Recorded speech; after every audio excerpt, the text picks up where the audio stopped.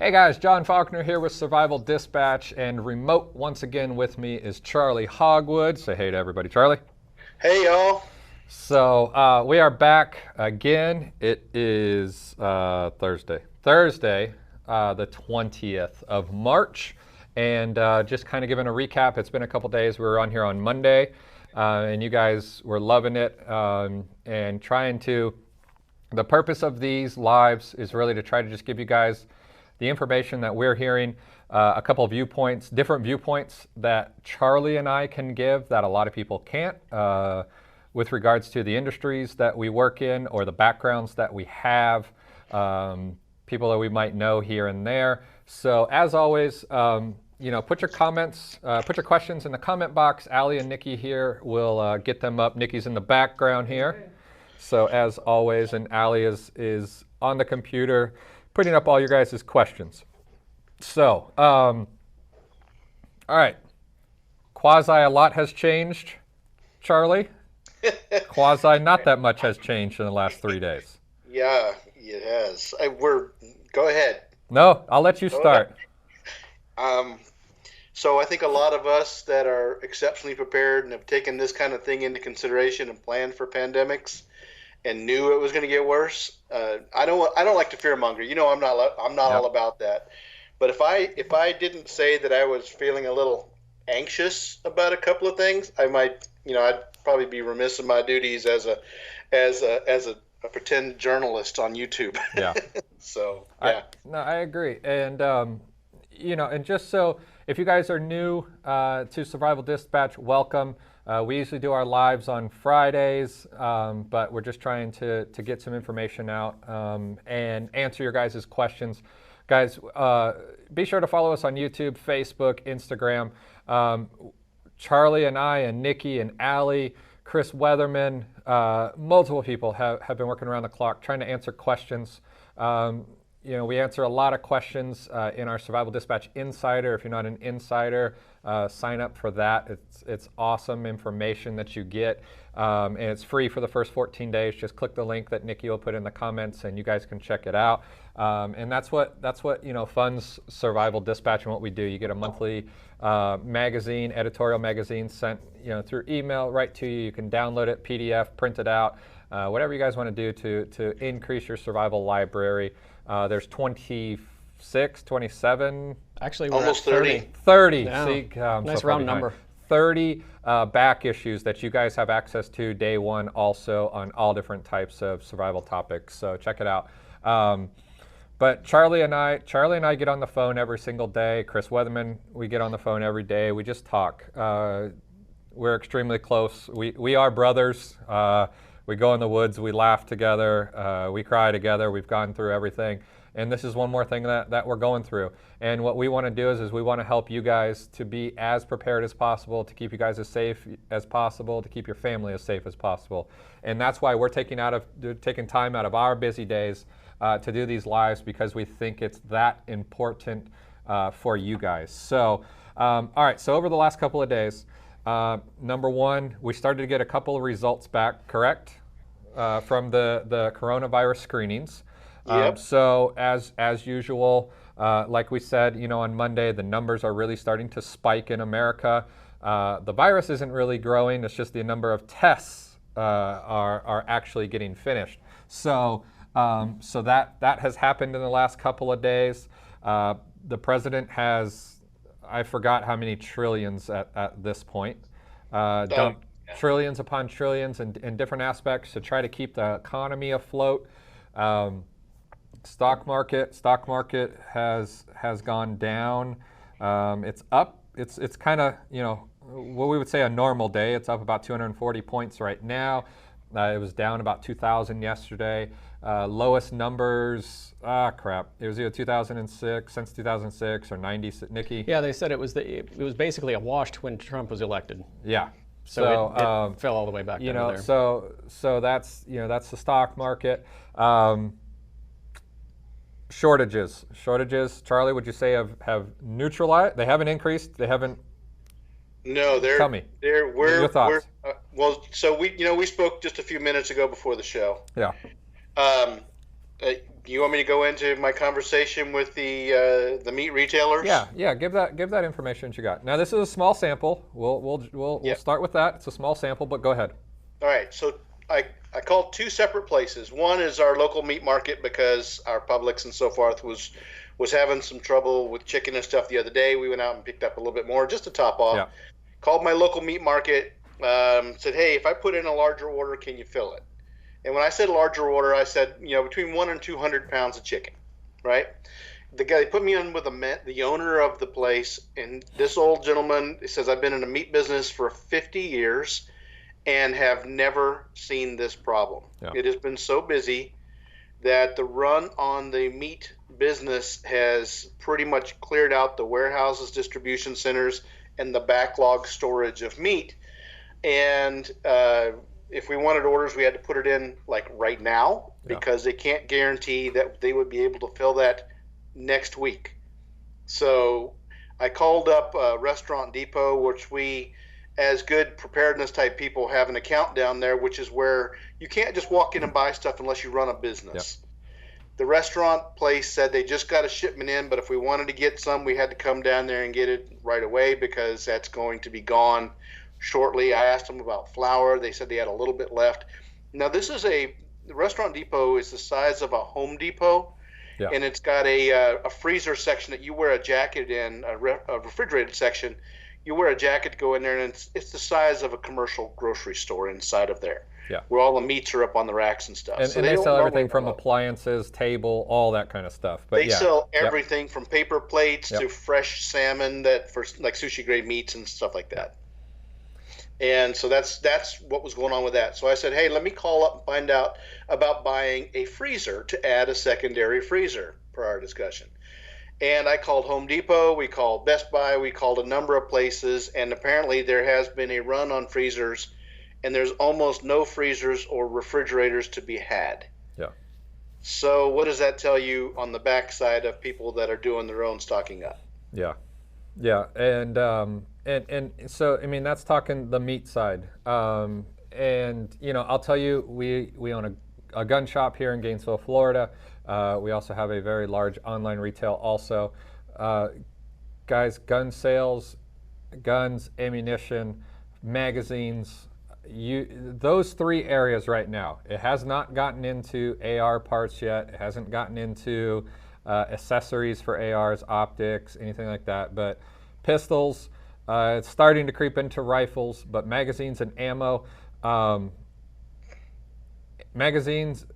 is pretty much gone on common calibers like 9mm, 45, 5.56, 308, starting to creep into like 300 blackout, 22. Shotgun shells are still here and there. And I'm talking, I have access to the largest distributors in America. Okay, so this isn't a small sample that I have here. And I'll give you guys numbers, not trying to fearmonger at all. At Big Daddy Unlimited, we have two semi truckloads of magazines coming in within the next week that we have coming in. And that was pretty much the last thing we could get on Monday. And we have some still in stock that are here and there that are going in and out of stock at distributors. But ammunition, if you called me right now and said, hey, I'd love to buy 1,000 rounds of 9mm, we literally have none. We had a line of people outside our gun shop door, which has never happened. Not during Sandy Hook, not during San Bernardino, not during Las Vegas shooting. Never has a line like this happened before. And they're there an hour before our store even opens. And we've already, and I'm just giving you guys facts here. We've already received letters from Federal, who also owns CCI and Spear, that they are raising their prices to the distributors, which then pass it on to us, which then go on to you, just based on the cost of adding additional labor, material costs, them trying to get material in. But Federal has already said they're raising prices anywhere from 5 to 10% based on what ammunition it is. Period, end of story. Aguila said the same exact thing. 5 to 10% ammo is going up. And a lot of companies like Fiocchi, Tula Ammo, things like that, they can't even get it into the country right now. They have work shortages overseas where it's made. So supply chain has been interrupted. When will it come back? There's not even an answer yet. So the biggest thing that has brought upon this rush is the new gun owners. These are not Charlie and I saying we need 5 more pistols. Literally, person after person walking into the shop saying, I want to buy a gun, and then shocked when they can't just walk out the door with it. They don't understand the process of purchasing a firearm. So I mean, there's a lot of new gun owners that they don't even know what they're looking for. They're literally just walking into our shop. They're calling our customer service online and saying, I've never purchased a gun before. I don't even know how to do this. How do I buy a gun? I want to buy a gun right now. It's astonishing. Is unprecedented as far as how it goes. And like I said, guys, I am not trying to spread fear at all. I hope this is why you guys are set and prepared, squared away, because you do not have to suffer even the high costs of what people are now trying to get, on Gunbroker and things like that. But we're seeing it everywhere, Charlie. We're seeing Wise Food on Amazon 10 times what the normal price is. We're seeing. Oh, and yeah, Thrive Food, which we love, is backed up. Right. All of the food distributors, all of the stuff that we've always said have a little extra. Yeah. That's out. Now, toilet paper is going to be coming back in, we're assured. Yes. But what I read this morning is there's a lot of people briefing government and the public saying that supply lines are fine, replenishment is going to be fine. But I'm also starting to see a lot of the breakdown of the human element at the supply chain level. For example, I read a bunch on agriculture this morning. There's a lot of food in the fields. We're an exporter of food in the U.S. Yeah. And the problem is trying to get the help, the migrant labor, the visas being restricted. There's a lot of shortages of people that are able to go get the food out of the fields. Mm-hmm. And there's no social distancing with the crowd that does that work, because they get up, they sleep, a lot of people in the same home. They get in, they pack cars with 4, 5, 6 people in a vehicle, then they go out to the fields. So if sickness takes hold there and they can't go to work, how are we going to get the food out of the fields to get it to the supply chain, to the distributors, right, to get it out to the grocery stores? Yeah, and that's what I was also talking about earlier. You guys, you got to realize, as far as like fresh vegetables and stuff, pretty much unless you live in south, west or east, you're pretty much coming out of winter. There's not even anything in the ground, let alone to the point of maturity or ripeness, let alone getting picked, let alone getting packaged to be put on a truck for delivery. And then the trucking is a whole nother thing. I was reading up on that last night. Nikki and I were working last night until 10 o'clock. Yeah. That's usually our peak hours. One of the things I was reading up on is the trucking there's been a lot of challenges on trucking because local state governments are shutting down rest stops. Right. They're shutting down the truck stops are having trouble because now they're doing social distancing. The showers, trying to get showers for truckers, trying to get RVs, dump stations, and all these kind of situations. So truckers are not even being allowed in some states, because if they were in a state that was, for example, Washington State, New York State, other states maybe don't want those truckers to enter their state because they don't want to spread that. So there's a lot of short-sightedness in the logistics chain right now, and that's causing a problem. Yeah, I agree. All right, we're going to hop on a couple of questions here, and then we'll go back to Rant and Raven here. So William wants to know, at this time, with the information we have, which is more dangerous, a panic or a pandemic? Right now, the more dangerous situation is the panic. Yep. Is the unstableness. I agree. It's the new gun owners, that don't know, maybe shouldn't be, going that route right now. Yeah, I agree. There's also the pandemic is also. This isn't okay. and not to be insensitive here, there are people that are dying from COVID-19 right now, but the mortality rate is not 20%, 30% of the people that get it are passing away.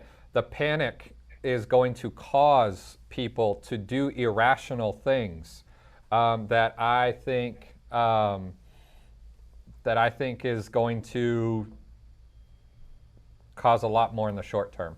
We're going to have a lot more injuries that are going to increase the surge problem at medical centers. Yep.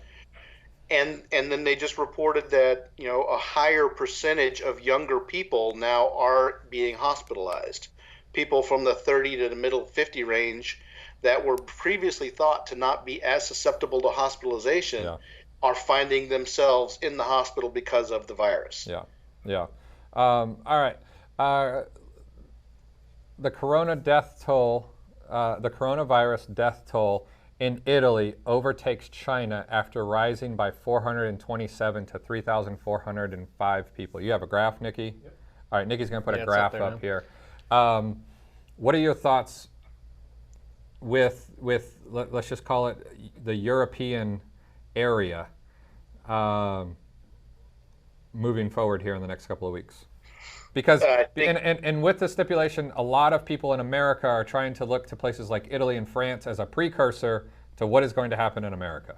I think that some of those other countries, I hate to say it, might be better conditioned due to their more collective societal socialist government situations, and maybe not as independently liberty-minded as a lot of Americans. So I think we're going to have a lot of trouble with that. I think looking to them I've always said, look to Europe as your future for a lot of things, because that kind of problems could happen there.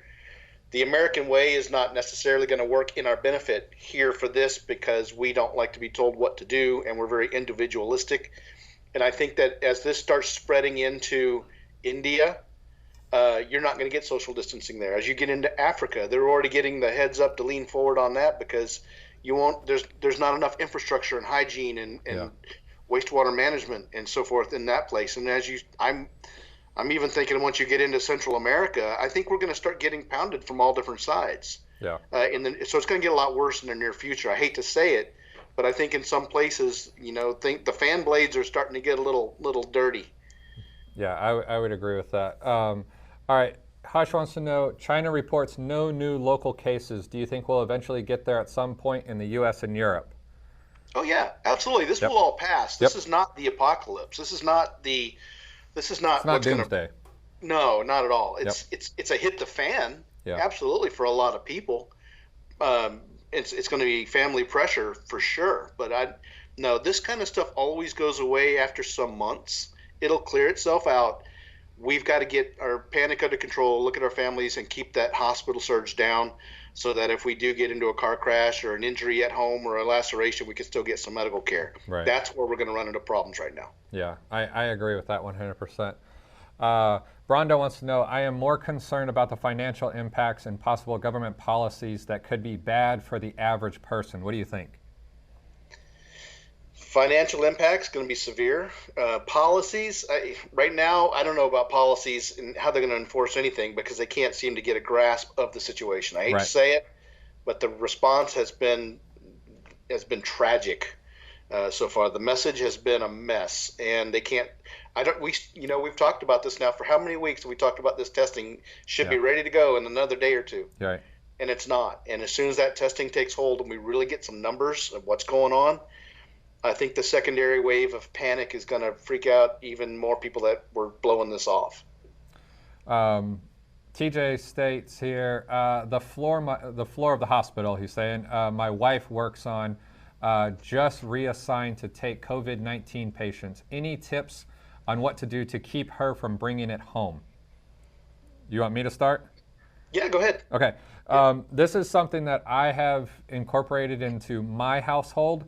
I would encourage each and every one of you guys to do it also. And TJ, I would encourage your wife to do it as well.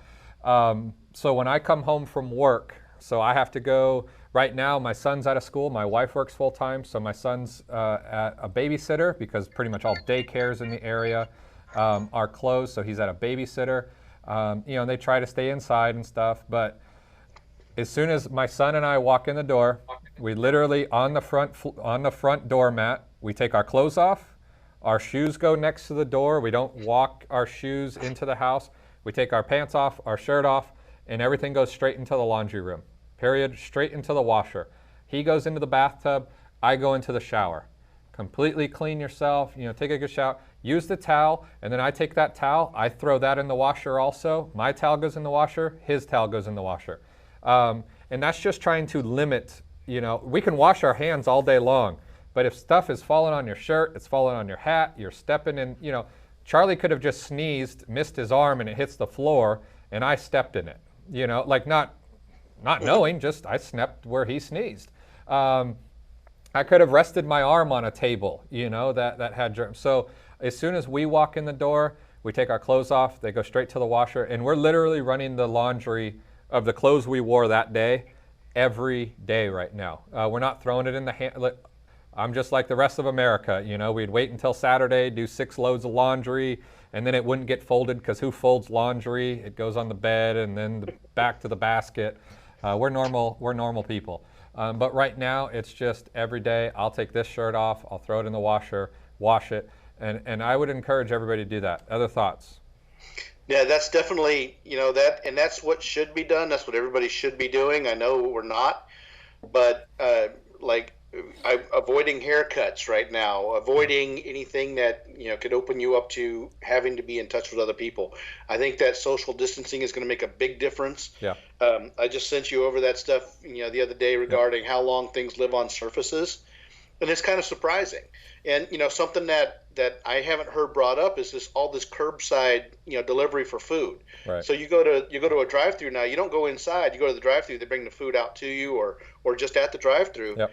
If somebody in that has taken your money and then gone and done packaged the food, and they're passing those germs on, there is a possibility that you can become ill from that. Yeah. My recommendation is, in finding out that the virus can be killed at 134 degrees, is take your bag home, throw it in the microwave for 30 seconds, the whole bag, and while it's doing that, wash your hands really good, and then pick up the bag and eat your food, and then wash your hands again. So, because I'm just thinking about that cross-contamination.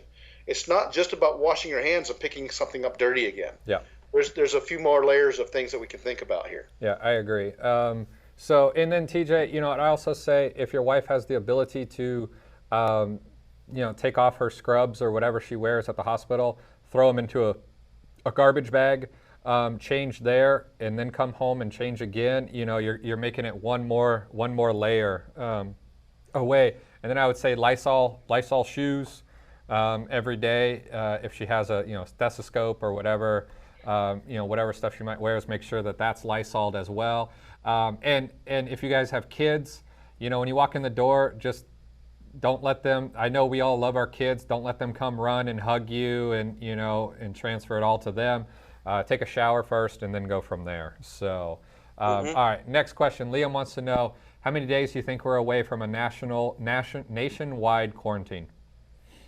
I don't think they'll do it. I think that there's not a federal authorization to do that. The state level is where that has to happen.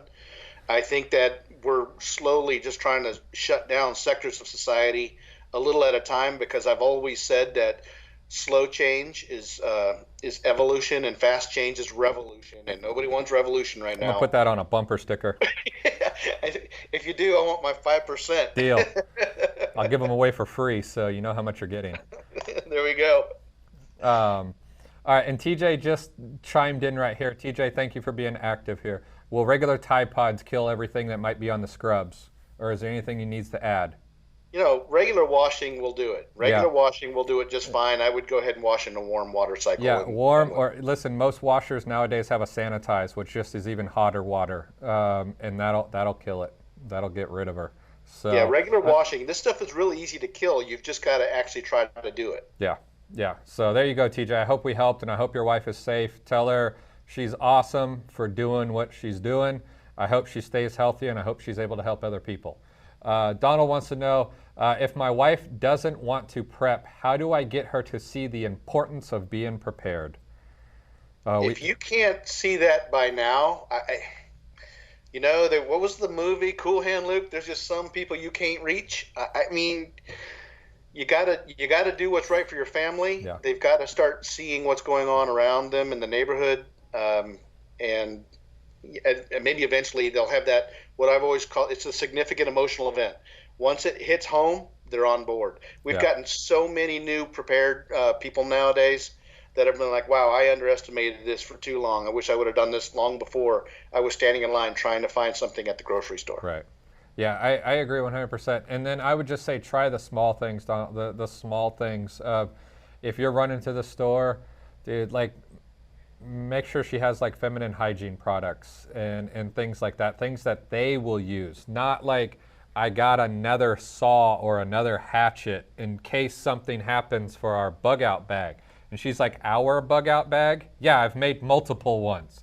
Don't do that. Try to get things that they can see the importance of easy. And that could be as easy as small kits you put in your car.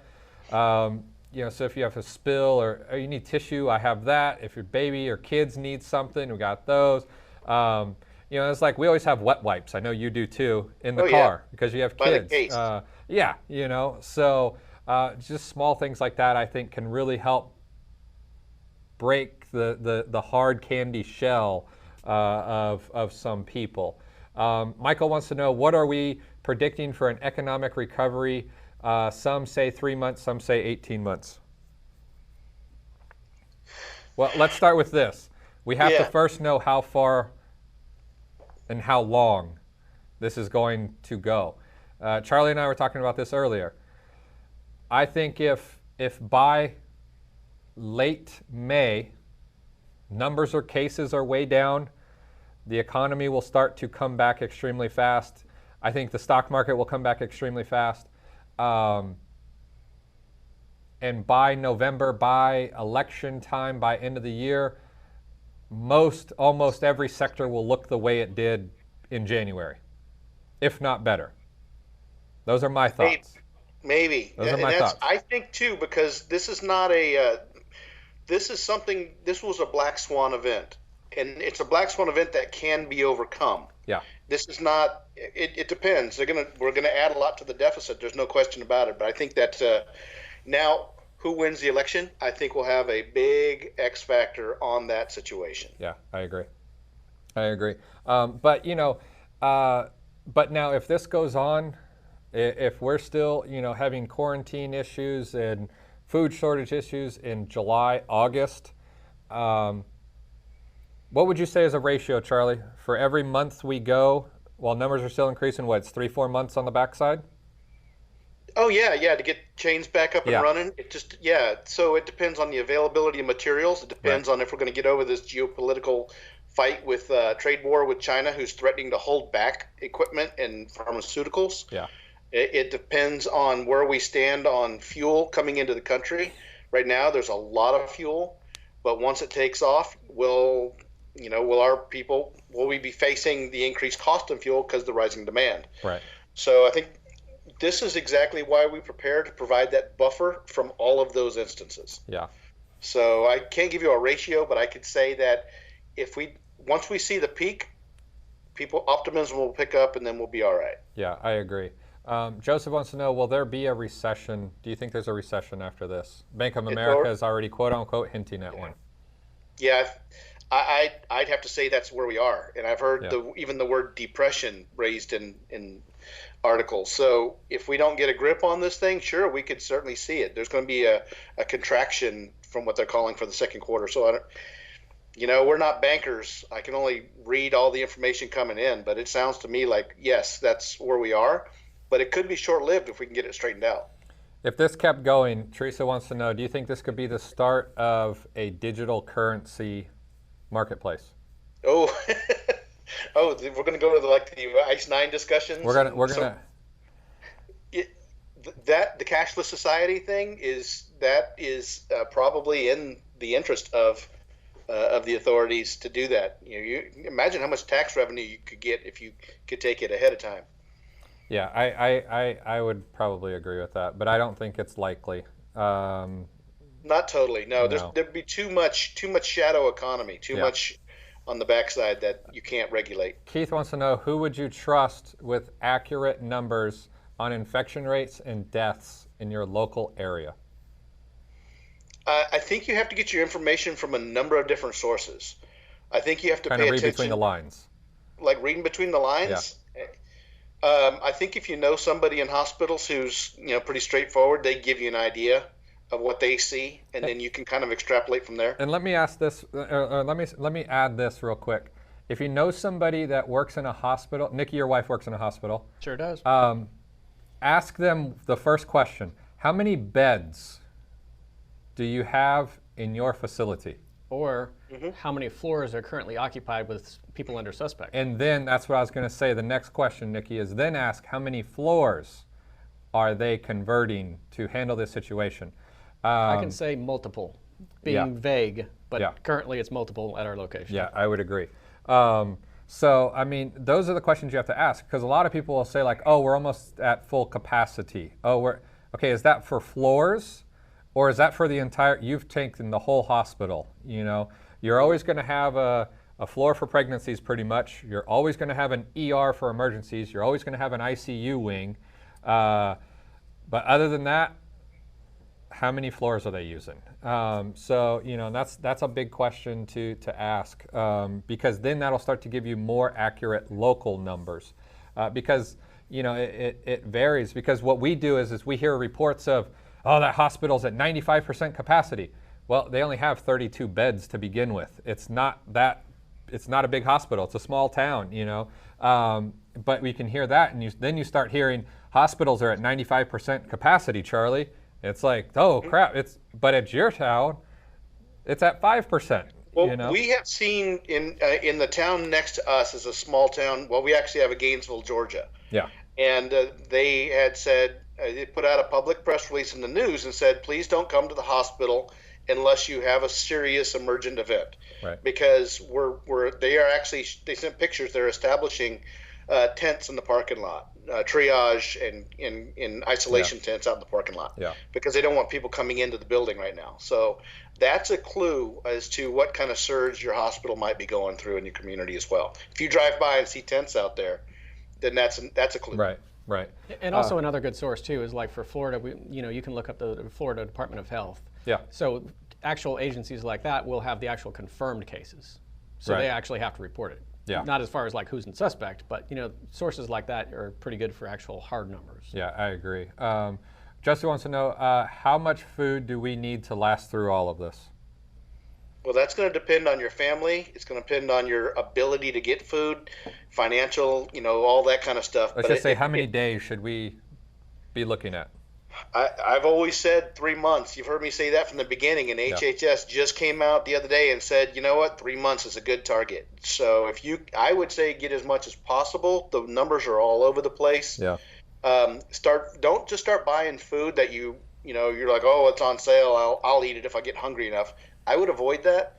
And for everybody that bought the bucket meals and all those kind of things, if you find yourself digging into that, maybe supplement some meals, because that'll make you nuts. Your appetite fatigue will start causing some serious psychological issues at home.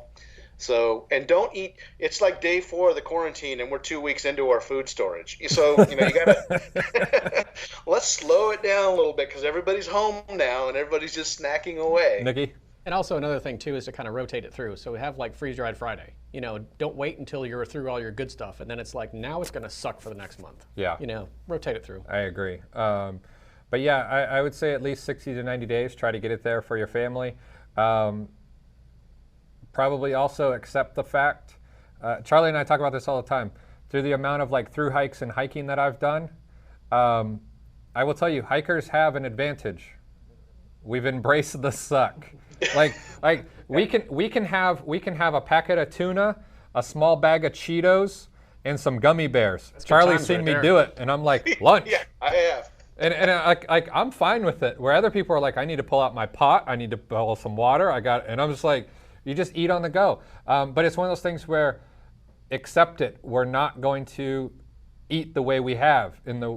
Most of us look the way we do because we eat the way we do. So, you have to accept portions might be a little bit smaller. I mean, make sure you're getting the nutrition that you have. I'd also tell people, make sure you're stocked up on some multivitamins. You don't hear that a lot because the food that you might have to switch to, you might have to supplement some minerals and vitamins and stuff in there just to feel the same. Or some laxatives. I think we're probably good for, honestly, I bet we could get months and months and months, if not a year, if we had to. Right. Because I also employ the tiered food storage. Yeah. We just set up our tower garden, our aeroponics, got that back out and up and running for the season, so we'll have our greens. Yep. We stocked up on mountains of fresh meat and food savored it to build up my meat library, which I know you get a kick out of. Yes, sir. our what we call affectionately our doom room, which is just a pantry. Right. Is just, the Thrive food. So we've got our fresh food, we got our canned food, we got our frozen food, we got our freeze-dried food, and we got our bucket packaged Mylar food. Mm-hmm. So we've tried to think in depth, and now that we're doing this, we want to preserve as much of our fresh food as possible. We've already started supplementing some of the Thrive stuff in just to experience some of that. Right. So, we're doing like the mashed potatoes. They're not bad. They're not bad. They're not bad. They're not bad. And for some reason, on the auto ship, my wife, who might be listening, decided that we needed like 10 number 10 cans of mashed potatoes that are freeze dried. So that's the joke. Hey, you gotta fry those things. Make little patties. Make some hash browns. Not saying I've done it before, but I've done it before. They're not bad. Not bad. Add some garlic. Throw some onion flakes and garlic in there. So, Joseph wants to know also, where can I get some 556 right now? Joseph, it's going to be hard. You're going to have to, if you don't have the ability to go to gun shops, if you got a full-time job and you can't drive around town all day long going to gun shops, it's going to be difficult to find. It is still coming in. So here's what happened. About Thursday of last week, literally from Thursday to Friday, all the ammo was sold from distributors. So it left distributors and it started going to, everything from, Bass Pro Shop down to, Hillbilly Bob's little gun shop on the corner. They all put in their orders to distributors because they saw customers starting to come in, or they predicted a rush. And listen, there is panic buying even at the dealer level. Charlie's company buys 1,000 mags, and I start thinking, wait, why did they just buy? Why did I just see all these mags start to go? So I start to freak out. So I place a larger order, and then I'm watching inventory, and then 10,000, 20,000, 50,000 more mags go, and I go, oh crap, this is real. So then I buy 10,000 more, and then Charlie looks at it. Right, it's toilet paper all over again. But here's what's happened. We sold all of this ammo from pretty much last Thursday to Monday. It was really run out. There was another shipment that was sitting. Ammo companies have been slow for the last 6 to 8 months. The ammo manufacturing side has been horrible, but they still had ammo sitting there. So they boxed all that up. That is starting to get back to distributors now. Now here's what the real situation looks like. At that point, and I'm talking large companies like Federal, Winchester, companies like that, they weren't prepared to empty their warehouse in 3 days. Now, they have material on hand. Do they have enough material on hand to meet the needs of the people and there not be any supply issues? Absolutely not. And when you're talking those large companies, they're trying to buy copper and lead and brass to actually make the components before they make the actual bullet. So it's a whole lot of transit. But what we saw is even with like magazines, they're completely wiped out in one night. And then distributors came back in about 4 days later. They got another shipment in from like Magpul and Lancer. Now that is pretty much starting to hit shelves. So you're going to see some ammo probably this weekend, maybe a couple days next week. And I think that's when the actual wait period is going to start. After that point, you're going to have to suck it up and realize that you're about to get screwed over and you're going to have to go to Gun Broker and buy ammo. That's just where it is. We're going to be back to $50 PMags. on Gunbroker and people trying to capitalize on it. So try to be at a, if you have like a Bass Pro Shop or something larger in your town, because they'll probably get larger shipments than a small gun shop. Try to be there first thing in the morning, and then you might just have to accept what it is. You might not be getting XM 193 ammo or super cheap like Federal American Eagle stuff. You might have to pay for, $20 a box Sierra Match King 5.56 ammo, because that's all that's coming in.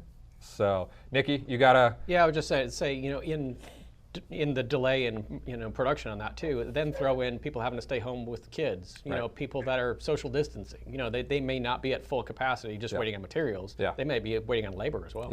Yeah, I agree. And all the companies have said they're trying to hire as many people, but you can't just hire people, walk in, and you're doubling capacity. So, all right, next question here. I've been seeing posts of trains transporting Hummers and military vehicles across the country. What do you think this means? I think it happens all day, every day. We're always repositioning forces for various reasons around the country. There has been an order to restrict travel among DoD personnel, for the, kind of like the Navy has done that, just trying to prevent any spread. So I would not say that just because you see a trainload of Humvees or Bradleys or M1s going somewhere that I'd be worried about that. That's not the case. But if we also have to remember that if our military was not going through all the preparedness planning and thinking about worst case scenarios all the time, then I would be disappointed in our military. You want them to do that kind of thing. But you just can't read into it and say, "Oh, I saw a convoy of vehicles headed somewhere," because that happens all the time. I was in it for 15 years. We drove all over the place. Yeah, driving on Hummers at 45 miles an hour down the interstate. At the speed slowest chain in convoy. Yeah, absolutely. I wouldn't worry about it too much. Remember, a lot of that stuff just gets amplified. A lot of people go out there and say, "I'm a spotter and I saw a convoy of vehicles going by." Right. It doesn't mean anything whatsoever. Yeah. So. Yeah, I would agree with that also. Okay, let's see here. All right, is there anything we can do about the things we need, like masks? Just started prepping and there's nothing where I live. Masks are going to be a hard one. Well, the masks are hard right now. Yeah. There will be, so the president just invoked, we just did a video on that I don't know if Nikki's released it yet, on last night, and it was on the Defense Production Act. And so it's a wartime footing to get manufacturers to convert their manufacturing lines to create more of the supply on this. If you don't have masks at this point, I wouldn't worry about having masks. I would just make my effort to stay further away from people. If I'm sick, then I wouldn't go anywhere near people anyway, because that's what the mask will help you do. The mask, even though they say won't help you to prevent you from getting it, anything that prevents stuff from coming into your mouth is going to help you. But there's still eyes and everything else. So just manage your social distancing, your hand washing, and all that other stuff. You'll be fine. And then there are some ways to make masks or some things that you can do on your own to help just filter out something. If you're really that worried about it. And then kind of staying on the N95 mask, Michael wants to know, is it possible to put your N95 mask in the microwave in order to clean it? And how long do you think it would take? There's been all kinds of people trying to say how you can sterilize, wash your mask, or I'll say that if it's got any metal clips or anything on it, you don't want to put it in the microwave. It might also damage the elastic straps on it. Also, it might crumble, like just. They'll melt and break. Like when you think that piece of Tupperware is microwave safe and it's not, and you watch the bowl just turn into Jell-O. So make sure it doesn't have any metal clips on it. It's worth trying. I mean, if you have one, it's... at 134 degrees, they say the coronavirus family will not survive. So, like I said about putting your McDonald's takeout, put that in the microwave for 30 seconds. That will help, but it depends on the material in the mask. If it's any kind of a nylon, polyester, or nanotube type of filter, you could melt that and in effect the usability of the mask. All right, Mason wants to know, and I actually haven't read up on this. Sorry, I've been working, I don't even know how many hour days with the gun side of the business, so I don't know what this is, but maybe Charlie and Nikki can help me here. What do you think about Congress trying to push the Earn It Act through while the media saturates all screens with COVID-19 fear? I don't know what the Earn It Act is. I haven't read up on the Earn It Act Nikki? either. Negative. Okay, But I have seen some interesting things about them trying to push through some surveillance bills in the middle of all this too. Yeah, all right, Nikki is going to do 2 minutes of research while I hop on the next question. And then Nikki, when you have something pulled up and you can kind of give us a synopsis, then we'll answer your question as far as best we can, Mason. Billy wants to know, in your opinion, could we see a mass civil unrest and or rioting, looting, and home invasions? Absolutely. Yeah, possibly. And here's why. Because the people that didn't prepare or only prepared for a couple of weeks, and we get into this for months, you've always heard me say here that people, especially in the United States, don't get off the couch unless they get hungry. So you might see Occupy protests and all that stuff we've had in the past, some political stuff, but it doesn't really have any legs behind it. It's not like the Arab Spring. It's not like, we've seen in other countries that are hungry or really just sick of oppression. In this country, we're busy working, busy with everything else. But once you get hungry or your family gets hungry, you're going to see a rise in small crimes. The law enforcement in many places have already said they won't be chasing the small crime anymore because they're doing other stuff, which opens the door, which then is going to that's going to cause more trouble. And you're going to have a lot of businesses that are locked up and shut and nobody there. So that might be a better target for break-ins. And then if there's a crackdown, that could be. Yeah, it could very well be. Yeah, I agree. And it's going to be bound to happen, when people get desperate enough. And I think that's what we're seeing in the gun market right now. For the Second Amendment activists that are out there, people that are passionate about firearms and self-defense and take the responsibility of self-defense. A lot of us say like, oh, we've been prepared for this. We're a CCW holder, things like that.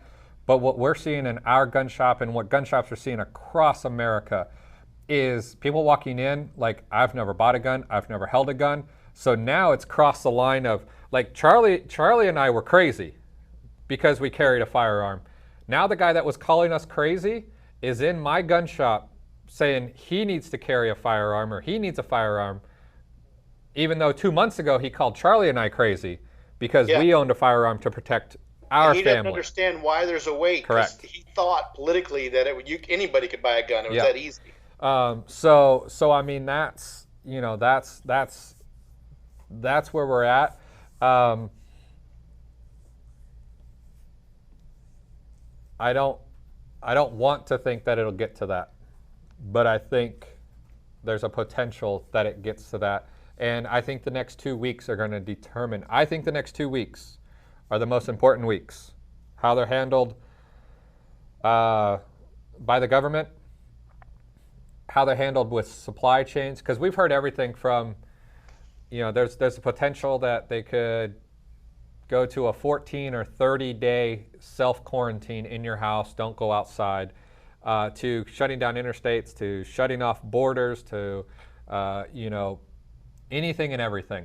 But the next 15 days, if you want to use their number, 15 days, which I think is a stupid number, because you don't even have all the stats yet. So how do you start a clock when you haven't even contained the situation yet? That's like when you pull the turkey. I tell people, pull the turkey out of the refrigerator for it to thaw. You haven't started your cooking time yet.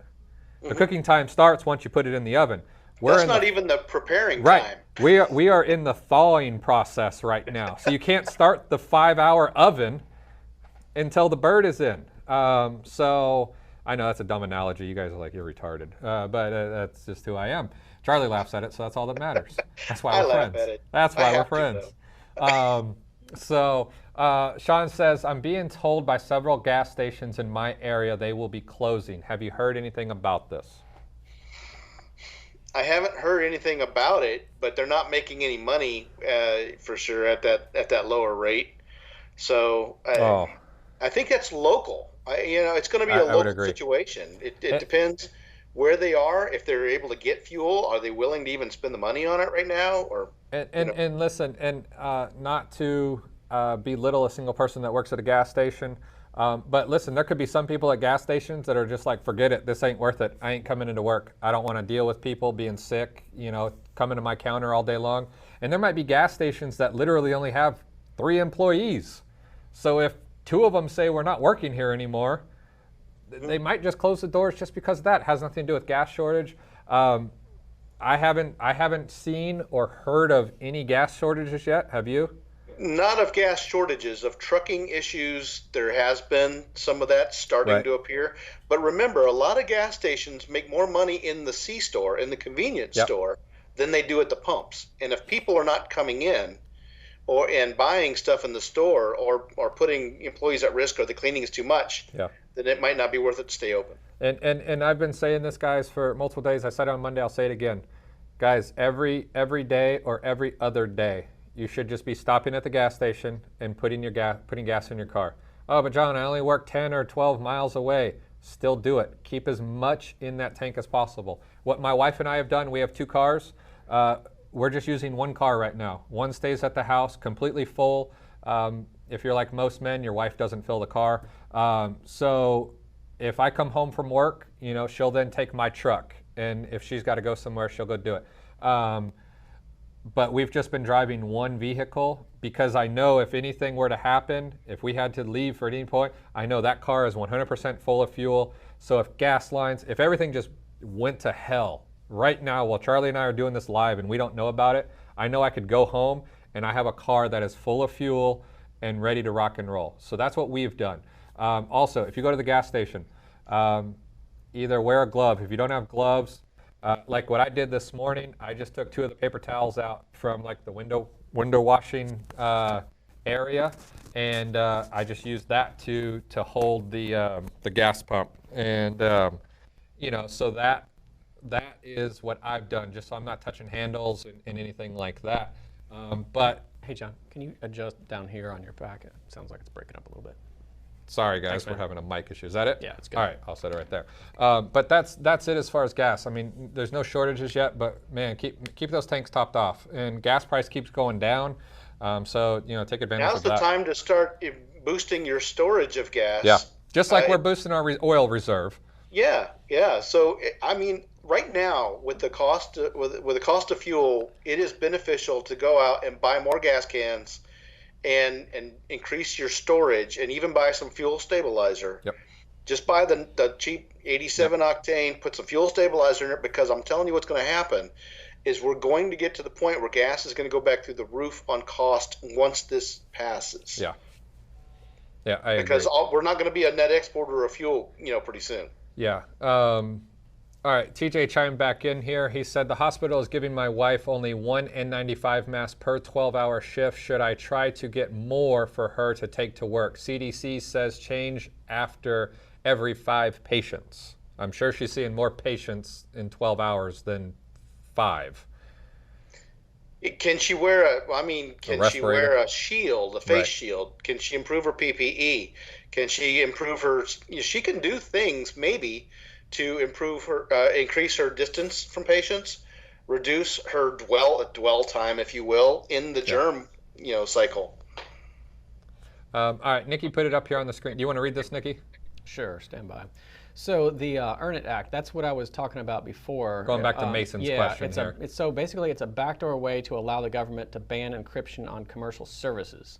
It doesn't actually ban the use of encryption, it just makes encryption commercially infeasible. So your encrypted messages, apps, texts could be subject to backdoor viewing by LE officials. So they're trying to kind of play that in the back door while coronavirus takes front place. Yeah, and I would have to read a whole lot more into it to see exactly. Things are usually encrypted, and the reason they're encrypted is because it's hard to see what they are. They're basically wanting to set a uniform standard for internet communications, but in that allow a backdoor on the backside of it. I wouldn't doubt it. I wouldn't doubt it. Yeah. So all right. Let's see here. Can anyone suggest what the best 20 gauge shot shell is? Norm, it's all going to depend. I mean, you're going to have birdshot, buckshot, and slugs. You can get them all for a 20 gauge. You know, and that's going to determine the pattern. For most like self-defense situations, what we're talking about right now, I'd probably say just go with some buckshot. Get some good buckshot. Now there's a lot of different kinds, everything from, you know, Remington and Winchester. You know, you can get some more expensive like Hornady stuff, but I would lean towards some buckshot and try to go with that. It'll give you a couple more beads in there than a slug, and that's what I would go with. All right, Charlie, Boris wants to know: is gas going bad a myth? No, it does go bad. But here's the thing: is it depends on a couple of items. If you leave gas in a can and it is exposed to temperature fluctuations, you can actually develop condensation inside the gas. You got a lot of ethanol in gas. Ethanol evaporates. You can gum things up. You can water things up. You can gum up carburetors. Yes, if you took you can put sometimes old gas and things like that in an old military engine, like a deuce and a half, and you might get it to run and burn. Yeah. But if you're going to do it in these highly tuned vehicles these days, you could clog up injectors. You could foul up stuff. The water inside of a metal can can cause corrosion and rust, which can cause up and clog up your filters. So if you can store your gas in cooler locations, reduce the temperature fluctuations, keep it out of the sun. You know, ask anybody who drives a boat or an ATV or a seasonal vehicle if they left fuel. When I had my offshore boat down in Florida, I had 200-gallon fuel tanks in there. When that thing sat, if I had detergent fuel in there, it separated. It would clog up the carburetors and everything in there. I mean, I would have all kinds of issues. So you got to put the Pri-G in there, or Sta-Bil is not as good, but it works. Yeah. And cycle that fuel through. If you store fuel, just cycle it through. Fill up your cans, then fill up your car every few months with those cans. Yeah, that'll go a longer way. Yeah, and the biggest thing is you know, like Charlie said, with the fuel starting separator getting water. That's why if you forget, you know, your lawnmower, winter comes and you forget your lawnmower, and it's an older lawnmower that has like a carburetor on it. Most of the times when you pull that thing out in spring, you put fresh fuel in it. The fuel that was in the carburetor bowl itself usually turns more water than anything, and that's why it won't run. It usually fouls the spark plug and things like that because there's water in the fuel now. So I mean, absolutely, make sure you use, like Charlie said, things like Sta-Bil, and it'll be just fine. So, how long does gas last if you put stabilizer in it?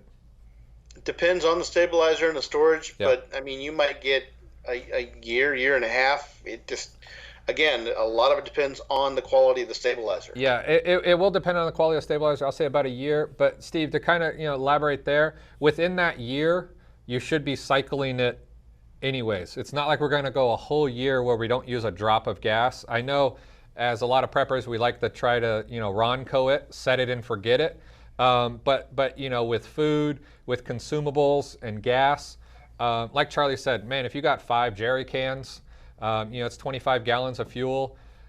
Run your car almost empty one time, or just put those 5 gallons in there one at a time, and then go fill them back up. As normal times like now are happening, keep those things rotated every month or two. I have 25 gallons, out at my parents' house that I rotate through every month. I don't even put stabilizer in it. Because I know just every time I go out there, they watch my kid every now and then, I'll just put 5 gallons in there, and about every once a month or so. And my dad uses it like in his lawnmower or his 4-wheeler, but that's like the use pile. And what we do then is we have some 55-gallon drums. We'll take those 55 gallons and we'll put it into those 5, and we'll use them again, and then we'll just take those 5, and we just go through a big rotation.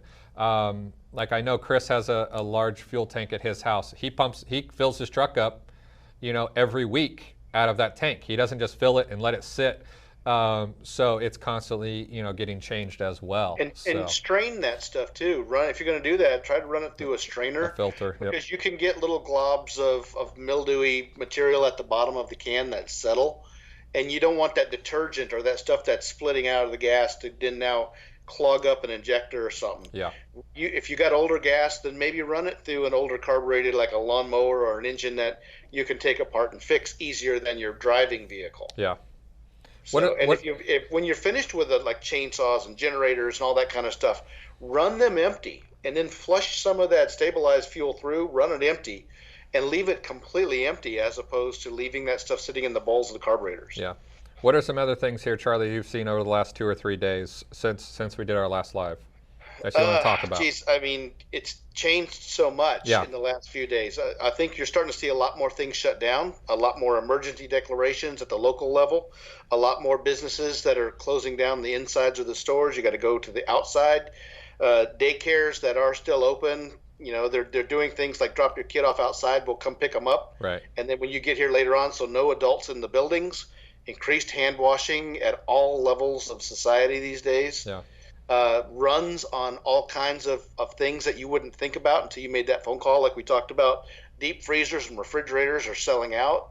Meat not coming back on the shelves. All the warehouse distribution now is running to the end. Yeah. So it'll be a kind of get it as it's ready kind of thing. Same thing I think we're going to see with vegetables and other things in society that are, you know, the warehouses are now emptying out. The just-in-time system of logistics and sales are now coming back to bite a lot of people in the butt. Yep. So I think if you're not ready, if you're not already prepared, you're kind of behind the 8 ball. Not fear-mongering whatsoever. I only report what I actually learn and find out on the ground. Yeah. And yet still we have a lot of people that keep saying this is not as bad as the flu. You guys are all just freaking out for no reason at all and make this worse. Well, okay, but so is everybody else, and that's affecting you. Yeah. So. And that's why we said earlier the panic is worse than the pandemic right now. Yeah. Because that's what's happening. That panic is multiplying into more panic. And now is the time to be safer in everything you do. You don't want to get injured now because you don't want to end up at the hospital. You don't want to end up trying to call for help. So be more careful with everything. You know, safer in your driving, less driving. Have a safety briefing with your family and say, hey, let's just be really cautious with stuff right now. What 3 tips could you give people right now? I'm limiting you to 3. Well, 3 tips are definitely, I mean, let's go outside of everything what the government says. Wash hands, you know, stay away from people and stay home, all of that. I would say food safety, knife safety at home, firearm safety for all of our new firearms people. Please be careful with those firearms. Safer with driving, no texting while driving, all of that stuff that's going to prevent you from getting injured would be my bigger things. And conserve your food. And now start rotating your food storage. If you've got the bucket food and all that other stuff that you set aside, rotate that in now as parts of servings of your meals so you don't have to completely depend on that stuff later on, because you're going to be really miserable if you have to live off of that. Yeah. I would add to that, if you are on any prescription medications, call your doctor and ask if you can get your refill dosages increased to a 3-month level. A lot of people do it nowadays, and you can call and, you know, just instead of getting 1 bottle, you get 3 bottles instead. But that will make it sure that you can get through this further. I just had a couple prescriptions for my wife filled today. They were like, no problem at all, 3 months, here you go. Because right now is a great time, because instead of you having to go back in 4 weeks, they're like, great, Charlie has now come into my place and he's not going to come back to my pharmacy for 3 more months. So it's trying to help limit those lines also, but it'll make sure that you have your prescription medications set aside, and it's one less thing you have to worry about. I would also say, you know, make sure that you have some, let's call them games and activities and things like that set aside for young ones, if you have young ones home. Just entertainment in general. We're starting to find we have no sports on TV. We can't go outside and do the things we want to do. And so people are getting locked inside. I mean, we've seen internet issues, we've seen Xbox Live issues, and these are all just articles I'm reporting. I haven't seen all of them. Like personally, Netflix issues, you know, because there's just the usage is becoming so great because people are staying home, which is what we need and what we want right now. But be prepared for that. You know, be prepared for your regular internet uses that you always have, like, kind of being cut in half. Why? Because twice as many people are on the internet, and lines just can't support that much. Anything you want to add there, Nicolo? No, just I've kind of experienced the same thing as far as the internet. Yeah. You know, I mean, Charlie and I are up at 10 o'clock at night, 2 o'clock in the morning, transferring big files back and forth because during regular times it just can't get through. It's just, it'll sit there and spin, and Netflix will go out, and my kids are like, "Daddy, what do we do now?" I'm like, "Well, let's break out the coloring books because let's do some offline activities." Definitely seeing more schools closing, more time extending, rather than, we'll get back on March 1st, March 31st, or we'll get back on April 15th. It's probably not going to come back until the fall 2020 semester. We can talk about that for a minute. That has to be part of your mental preparation right now. If you have kids at home,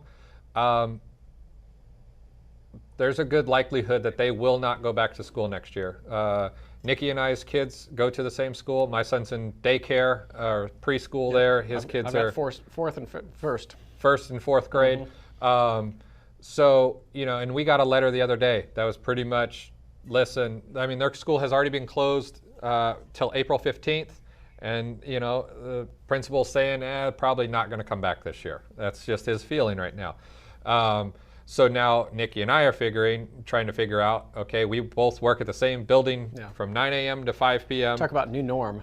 Right. What do we How do? What do we do with kids? So trying to find daycares, daycares are completely filled. So it's trying to find babysitters and things like that. And in my case too, like my wife is the hospital generalist educator for the hospital. So she is all tied up in the middle of all this stuff, right. So it's pretty much, what's the plan? So, and that has to be a part of your mental plan of that. Anything else you think people should prepare for mentally, Charlie? I would say work on your communication planning, work on your contingency planning. Ask, start while you're sitting at home, what would you do if this happens? How would you communicate? We've got alternate, like elderly family. I've got, my mother's elderly in Florida. By herself. She doesn't want to, come, shelter in with us. So get the numbers of close neighbors to those vulnerable people, or people out in the community that are far away from you. So that if you can't reach your grandparents or parents, or you can call a neighbor, hey, can you go check on mom? Can you go check on grandpa? And because there's nothing worse than to be able to just pick up a phone and it just rings and rings. You don't know if they're okay. Right. Ask them also to give your phone number to their neighbors, so that if something were to happen to them, so that they could, the neighbors could then call you up and say, hey, Grandpa went to the hospital, or Grandpa's not feeling so good right now. That will increase the communication. It will remove some of the, the fear and anxiety that you might not be able to reach them. So I would say definitely improve on that.